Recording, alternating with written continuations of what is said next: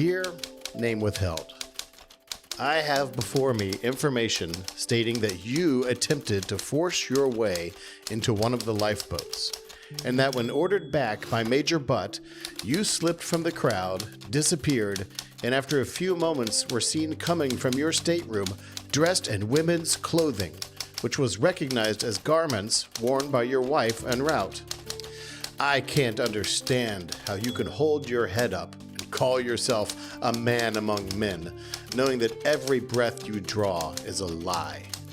If your conscience continues to bother you after reading this, you had better come forward. There is no truer saying than the old one, confession is good for the soul. Yours truly, name redacted.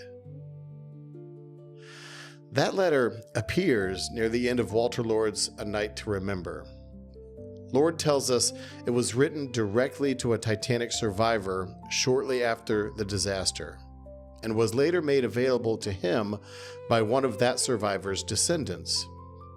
He deliberately removed both names, the name of the person who wrote it and the name of the survivor being accused. Don Lynch and I discussed this letter briefly during our conversation about Walter Lord, and afterwards, I kept thinking about it. Has anyone actually ever identified either of them? Do we know who wrote this? Do we know who received it? And perhaps more importantly, do we have any reason at all to even believe the accusation itself? Because there's one phrase in that letter that immediately caught my attention. I have before me information stating that. Not, I saw you. Not, I watched Major Butt stop you. Not, I saw you come out of your stateroom. The writer is framing this accusation as information they have received or gathered, not as something they personally witnessed. That distinction is going to matter. The correspondent is repeating information received from somewhere else. So in this case note 002, we're going to see how far we can actually follow the evidence. But first, a little housekeeping. First, I want to thank everyone who has come along on this very short journey so far. Launching a podcast has been a lot of work, but it has also been absolutely rewarding. Thank you to everyone who's listened to an episode, shared one, sent me a message, or just clicked play to see what this strange little podcast about Titanic evidence is all about. If you're enjoying the Titanic Provenance Files, please take a moment to like or rate the episode on whatever platform you're using and hit that subscribe button or follow button. It helps us out tremendously. Second, I have a correction from Case File 002. Walter Lord did not write the book A Miracle at Midway. Not only did I get the name of the book wrong, I managed to get the entire historical event wrong as well. The Walter Lord book that I was struggling to remember was Day of Infamy, and it was about Pearl Harbor, not Midway. Now, in my defense, I can at least reconstruct the historical train wreck that apparently occurred inside my brain. Walter Lord did write a book called Miracle at Dunkirk. And there is a book called Miracle at Midway, but Miracle at Midway was written by Gordon Prang, who also wrote the famous Pearl Harbor history At Dawn We Slept. So somehow my brain took Walter Lord, Dunkirk, Midway, Pearl Harbor, and Gordon Prang, threw everything into a cocktail shaker, and served me Miracle at Midway. It was the provenance equivalent of a mixed metaphor. I was completely wrong, but almost so right. Regardless, we do own up to our mistakes here at the Titanic Provenance Files. So, for the record, both Walter Lord's Day of Infamy and Miracle at Dunkirk are excellent reads, and I highly recommend if you haven't read them yet. I'll put links to them both in the show notes. All right, housekeeping complete.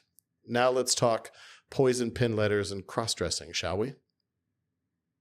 If you start looking into the identity of Walter Lord's anonymous survivor, one name comes up fairly quickly, William Thompson Sloper. And initially, that makes a lot of sense. Sloper was a first-class Titanic passenger who really was accused after the disaster of having survived by dressing as a woman. Walter Lord himself discusses that accusation in his later book, The Night Lives On.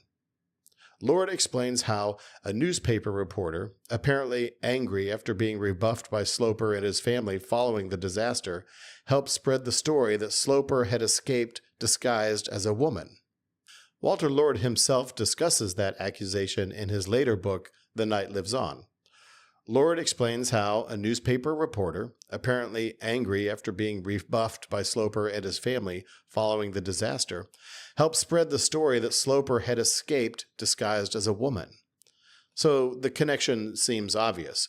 Walter Lord prints an anonymous letter accusing the survivor of dressing as a woman. Later, Walter Lord identifies Sloper as a survivor who had been accused of dressing as a woman. Therefore, mystery solved. Except there's one significant problem. One word in the letter: wife. The anonymous correspondent doesn't merely say the survivor dressed as a woman. He or she says that the man emerged from his stateroom wearing women's clothing that was, quote, recognized as garments worn by your wife en route, unquote. William Sloper was unmarried in 1912. There was no Mrs. Sloper aboard Titanic. So unless the letter writer invented not merely the disguise, but an entirely fictional wife, Sloper is a remarkably poor fit. Which makes it extremely difficult to believe that the Sloper accusation discussed in The Night Lives On and the anonymous letter published in A Night to Remember concern the same man. So much for the easy answer. And this is where the document became much more interesting to me, because initially I treated this as a detective story. Who was the man? But before we can answer that, we need to ask something more fundamental.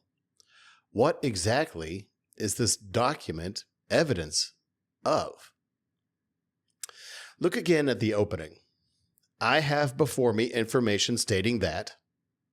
Not I saw you, not I watched Major Butt stop you, not I saw you come out of your stateroom. The writer specifically says, I have information before me stating that. That's important. On its face, this does not sound like eyewitness testimony. The correspondent is relying on information whose source were never given. We don't know where the writer got it. A fellow survivor? A newspaper? Society gossip? Someone who heard it from someone who heard it from someone else? We simply don't know. So this letter is absolutely a primary source, but we have to be precise about what is it a primary source for. It is primary evidence that somebody accused this survivor of cowardice. It is not necessarily primary evidence that the incident described actually occurred at all. And there's another important piece of context Walter Lord gives us immediately before printing it. Lord explains that the letter had been made available to him by a descendant of the survivor, and then says that the family's willingness to share it showed, quote, a courage and honesty that effectively rebut the charge made in the letter, unquote. That's a remarkable sentence. Lord clearly was not presenting this document because he believed he had uncovered the secret cowardice of a Titanic survivor. Quite the opposite. He seems to have believed that the survivor's family had nothing to hide, and that making such an ugly accusation available for scrutiny actually helped undermine the accusation itself. So the letter gives us evidence of something very real. Someone believed this story. Someone believed it strongly enough to put it in writing and send it directly to the survivor. But that's not the same thing as proving the story was true. Even Walter Lord appears to be warning us to make that distinction. Treat the accusation as an accusation, not as a finding of fact. Now, at first glance, Major Archibald Butt looks like the detail that ought to crack this mystery. According to the letter, the survivor tried to force his way into a lifeboat and was, quote, ordered back by Major Butt, unquote. Now that sounds wonderfully specific. Surely we could identify the boat Butt was helping load. Then figure out which male passengers were there. Then see which of those men eventually survived. Except the deeper you go into the Titanic stories surrounding Major Butt, the less helpful that specificity becomes. Almost immediately after the disaster, Butt became one of Titanic's great heroic figures. Stories proliferated about him helping women into lifeboats, keeping men back, enforcing women and children first, physically confronting cowardly male passengers. Some of these stories may contain truth, but some sit uneasily alongside other survivor testimony, and some of the most famous Butt stories have remarkably thin provenance. In other words, Major Butt keeping cowardly men out of Titanic's lifeboats was already becoming a story people expected to hear. And that creates two possibilities. Possibility one is fairly straightforward. When I initially started thinking about this letter, I found myself trying to connect Major Butt with the lifeboat in which our mystery passenger ultimately survived. But read the accusation again. The man tries to enter a boat. Butt supposedly orders him back. He disappears. He supposedly changes clothing. Then he reappears. So the story itself implies that he did not escape in the first boat. He could theoretically have been rejected from an earlier boat and eventually escaped somewhere completely different, maybe much later. So the fact that a candidate ultimately survived in boat 13, collapsible C, or any other lifeboat does not tell us whether he could have encountered Butt earlier. The boat Butt supposedly stopped him from entering and the boat in which he eventually survived may have absolutely nothing to do with one another. But there is another possibility. Major Butt isn't actually a clue at all. Maybe he's part of the story because Titanic mythology had already assigned him a role. Consider two stories circulating after the disaster. Story A. Major Butt heroically prevented cowardly men from entering Titanic's lifeboats. And Story B. Certain male survivors escaped Titanic by disguising themselves as women. Now combine them. Suddenly you have, quote, "You tried to get into a lifeboat. Major Butt stopped you.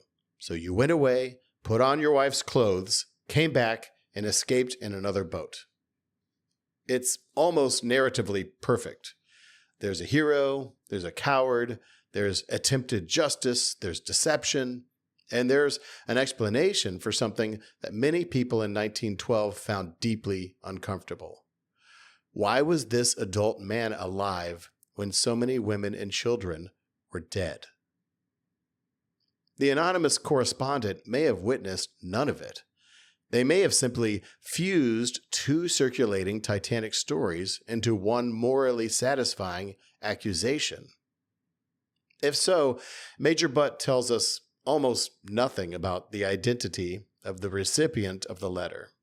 He may simply be the hero the story required. Which brings us to another Titanic survivor, Edward Ryan. Ryan is almost certainly not Walter Lord's anonymous man. He was unmarried, so once again the wife clue effectively eliminates him. But Ryan gives us something perhaps more valuable, a mechanism. Ryan later described himself wearing a Macintosh-type waterproof coat with his head covered, and said that he was taken for a woman. Fifth Officer Harold Lowe later described discovering a male passenger in one of his boats whom Lowe believed had disguised himself as a woman, and Ryan has been suggested as a likely candidate for that man. But stop for a moment and consider what that means. A waterproof coat, a covered head, darkness, confusion, a frantic evacuation. Someone looks quickly and sees a woman. Suddenly the phrase, "dressed as a woman," becomes much more complicated. because these are very different statements. He looked like a woman. He was mistaken for a woman. He deliberately tried to look like a woman. He wore women's clothing. And he went to his stateroom, put on his wife's clothes, and returned in order to steal a place in a lifeboat. Those are not interchangeable, but rumor has a remarkable ability to erase those distinctions. Ryan provides us with a documented example of how such a story could begin. So who does that leave? If Sloper is almost certainly not our man, and Ryan is almost certainly not our man, do any candidates remain? Yes, but none that I think we can identify confidently. One is Dickinson Bishop. Bishop traveled aboard Titanic with his wife Helen. Both survived, and Bishop became associated with allegations that he escaped disguised as a woman. So he satisfies two important elements. He had a wife aboard, and a cross-dressing accusation became attached to him. But Bishop and Helen left Titanic very early in Lifeboat 7.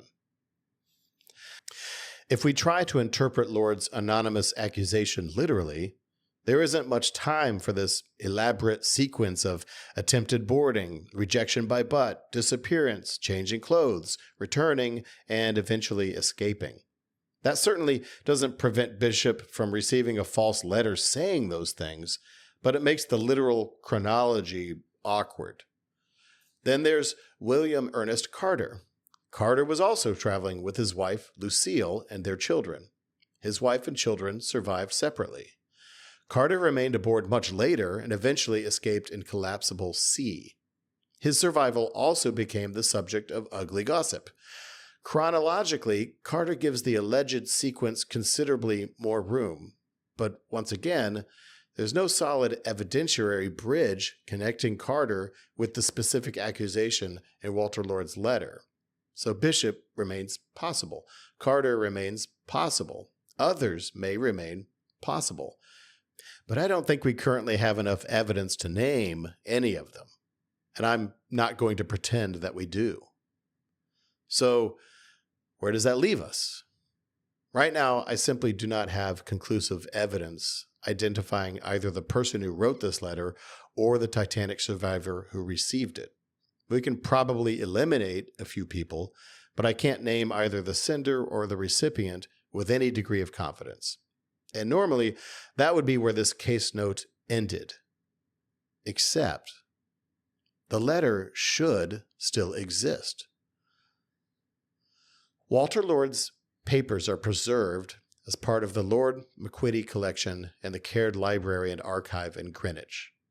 The collection includes correspondence, testimony, research material, and other material preserved from Walter Lord's estate. Somewhere in those papers may be this original letter, or Lord's copy, or the correspondence from the survivor's descendant who supplied it. And if it is there, Lord's blank spaces may not be blank at all. So, this past week, I wrote an email to the Caird Library and Archive. I explained what I was researching and asked whether they could identify the letter in Walter Lord's papers. And I also explained why I was asking. Because I'm not interested in outing somebody Walter Lord chose to protect in 1955. Quite the contrary. What this research is showing us is that male Titanic survivors were routinely subjected to accusations of cowardice simply because they survived. Some were accused of hiding, some of pushing women aside, several were accused of dressing as women, and in some cases, those accusations were demonstrably false.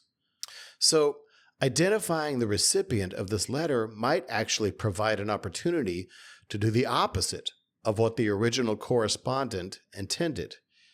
It might allow us to clear his name. And identifying the sender could be equally important because the first sentence of the letter says, "I have before me information stating that," etc. That raises so many questions. Who supplied that information?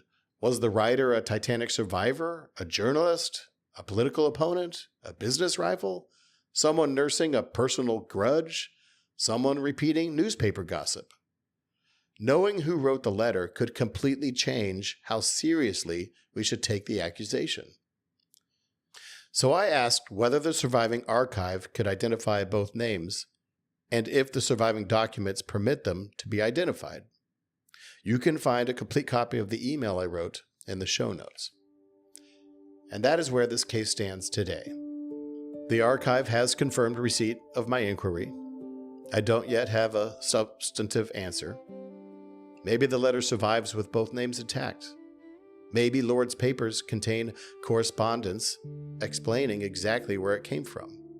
Maybe access to it's restricted. Maybe Lord returned the original to the family.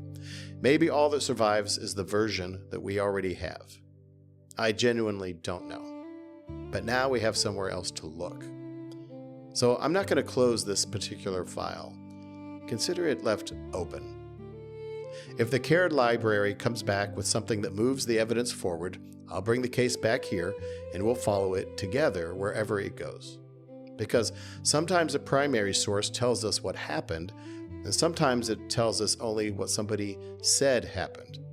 And the difference between those two things is provenance. The letter survives.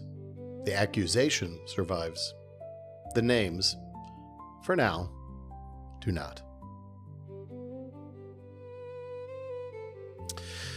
And be sure to come back next week, because after poison pen letters, accusations of cowardice, and men supposedly dressing as women, we are moving on to a subject that is thankfully a little more civilized. I'll be joined by Veronica Henke, author of The Last Night on the Titanic, Unsinkable Drinking, Dining, and Style. We'll be talking about food, drink, Edwardian dining culture, and the difference between something that is merely associated with Titanic and something we can actually support with evidence. We'll also be making a Robert Burns cocktail in our first ever Sip and Ship episode, pairing it with shortbread, and looking at what recipes, menus, habits, and dining traditions can tell us about the world Titanic belonged to. So yes, next week we're leaving anonymous accusations behind and heading somewhere wonderful with whiskey, vermouth, absinthe, bitters, and considerably better table manners. That's next week on Case File 003 on the Titanic Provenance Files.